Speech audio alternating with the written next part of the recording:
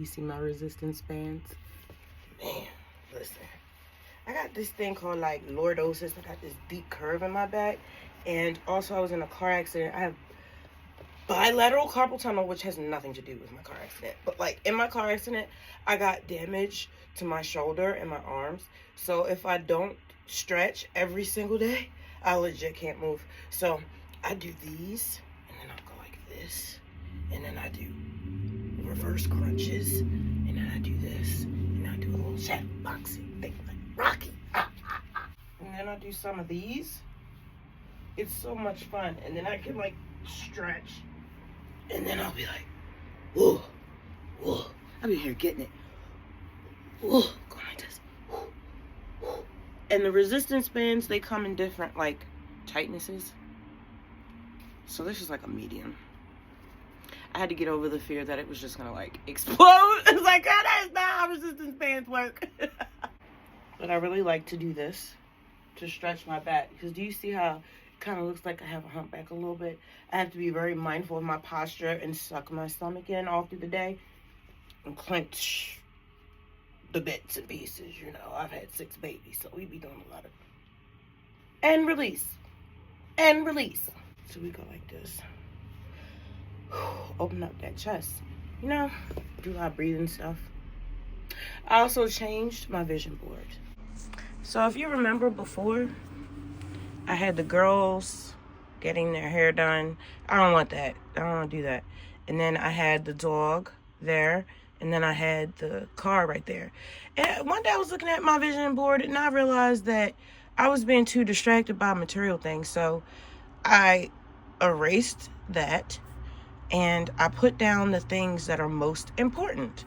Health, music, being debt free, and finishing my book. That's when all the material things come. So I feel like now my vision board is more about what it takes to build the life that I want. It probably doesn't seem like it, but it's been 3 weeks since we last spoke. I needed to take a break. I needed to take a break and fall back and find out what my next move was going to be. Because I know what I want, but getting there, there's so many different roads to getting there. And this is the first time in my life where I've ever put myself first. I always have taken care of other people. When I was growing up, it was my adoptive mom, and I went right from that to my husband, and then right from that to my kids, up until now. And I'm 43. 43 years of not putting myself front and center of my own life. Even purchasing this phone was such a major transition. It sat in a box for a week. I wouldn't touch it. I got a case for the cameras, then I got a separate case for the back, and then I got a screen protector, but I ordered them from different places because it was actually not easy to source this phone with the storage that I wanted.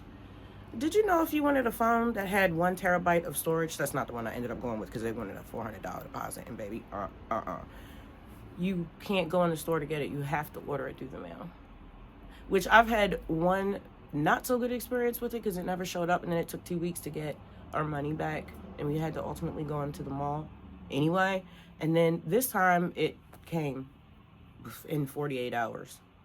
So, but it's challenging for me to invest in myself.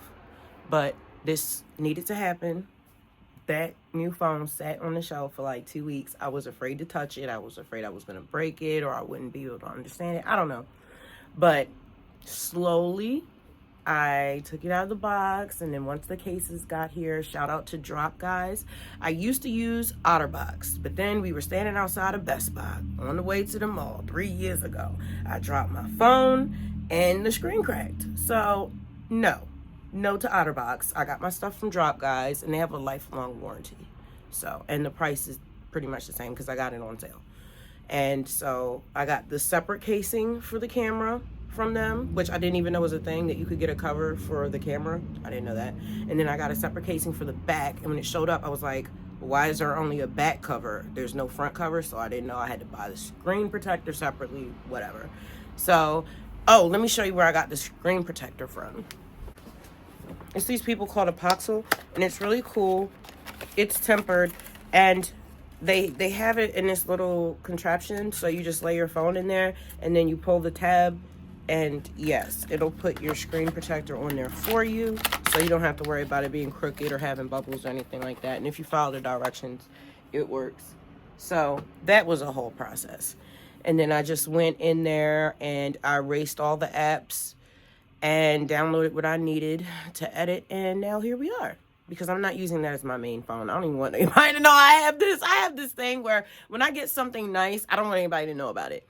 Because in my mind breaks everything down to the bare bones of what it really is. And to me, flossing just makes you fall victim to the evil eye. So when I get something, I like to keep it real low key, which makes it hard to celebrate my wins, which I'm learning to do. So I got a new book. This was actually Raj's idea, and I accidentally ordered 2 copies.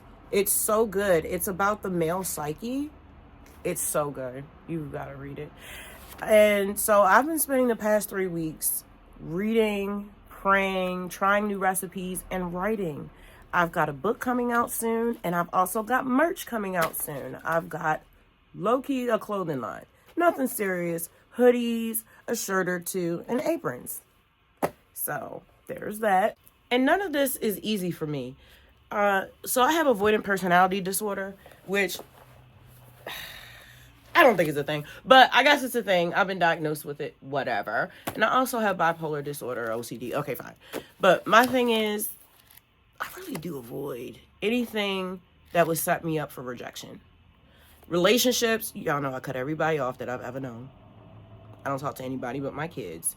And low-key, that had to do with recovery, because when I was in drug recovery, that was told to us that if we wanted to stay sober, we may need to move away from where we lived, and there are relationships that we would have to end. And I just took that to the extreme and stopped talking to everybody. Because when I did a diagnosis of the relationships in my life, what I saw was that most of them were toxic, and I was giving more than I was getting. And if this was a company that I was just investing money in and just losing money, I would sell it.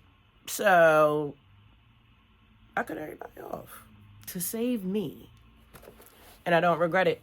But moving forward, self-doubt is an issue for me. I've struggled with it my entire life. No, actually I didn't. I didn't struggle with it my entire life because I didn't have self-doubt to begin with. I used to be very self-assured. I used to go around telling everybody that I was going to save the world and I was going to be rich, and everybody was going to be rich, because when I eat, we all eat. Even as a little kid, I was 5 years old telling people this, and I didn't get any support from my adoptive family, from anybody around me. Shout out to the teachers in Baltimore, because they saved me. I found support in the school system in Baltimore. But honey, that was back in the 80s. I can't say nothing about their school system now. I homeschool my child, and she's got 2 years left. And it's so easy. All you got to do is turn in 2 portfolios a year with 3 pieces of instruction from each subject. And it's like 5 subjects. That's easy. The kids can work on their own time. In this season, I'll be making a video about it. My daughter only has 2 more years left, and she wants to go to college to be a psychologist. So I'm excited about that. Maybe she can help me with my self-doubt issues. It's like by then it's not going to be an issue, more than likely. I still go to my therapy every other month. No, excuse me, every other week. I wish it was every other month. No, I don't. It's one of them things where I never really want to go to therapy, but I'm glad that I went. I used to be like that with the gym, which, oh my gosh, I plan on ordering, because it's on sale right now. I've been waiting for this thing to go on sale. This exercise bike, because I just want to lose the weight around my stomach. And I was finding out that you got to do weight training to like burn fat there. You know, so, and to build muscle, to speed up your metabolism, to burn the fat there around my stomach. You can't just do cardio all the time. That's more about cardio health, which is why it's called cardio. So I had to do my research now. That's what I've been doing, like a freaking bookworm. And I'm so happy, because 6 months ago, I was struggling to get any reading done or any writing done. And now that's a system that my life is built on. Pray all the time, like constant prayer. Always giving thanks several times throughout the day, connecting with the universe, take a deep breath, all that stuff. I've started I'm not going to say, okay, that's why I couldn't say it, because it's not true. I have started meditating. I'm past the try stage. I have been meditating. I'm proud of myself. You know, we were struggling with that. So I've been doing that. And so I built my life around the prayer, constant state of prayer, write every day, read every day, work out every day. And it's not extensive. Sometimes I read 2 pages. Sometimes I read a chapter. Sometimes I read a sentence because, hey, I did it, right? But as long as I'm staying true to this routine, that means that, okay, now I can add a little bit more on my plate. It's just me being consistent is the issue, and avoiding things that I feel like I'm going to fail at. But these are just, it's just not true. But this is the programming that I've had instilled in me since childhood. That you can't do this and you can't do that and you have to do it this way. And it's just not true. And I don't raise my kids that way. I try to catch myself and not infect my kids with my fears. Because I have them never leaving the house.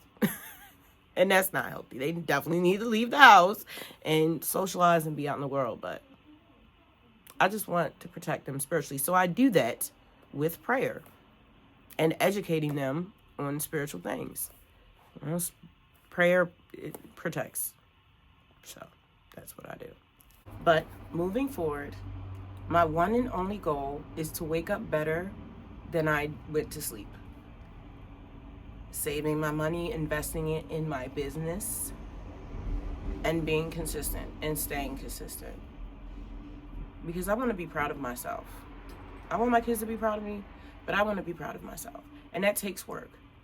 And I get that I'm supposed to slow down, but something in me is pushing myself just because I know how hard it is for me to get things done and to stay inspired. I know I can get distracted very easily because I have a lot of mental health stuff that goes on in my head.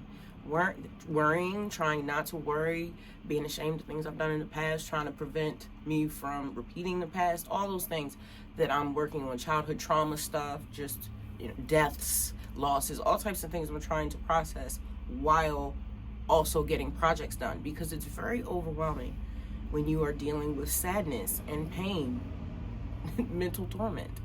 And that's not even to mention the things that you may experience in the spiritual realm. Because I know a lot of y'all see things that maybe other people don't see, or perceive things that others don't. And that can be overwhelming. It's, when you walk between the physical realm and the spiritual realm, it's challenging to just even exist, let alone keep a house clean, raise a child, keep a job, pay a bill. It's like, I am seeing demons. Who is thinking about going to work? I don't want to leave the house. But I'm proud of us. We've come a long way, but we have a lot of work to do. And while, yes, we should slow down with certain things, with maybe the way that we respond, or being present. But as far as that spiritual work and working on our goals, now is the time. Now is not the time to rest on our laurels. We need to read, we need to write, we need to work out, we need to pray. You got to stay present, you got to stay focused.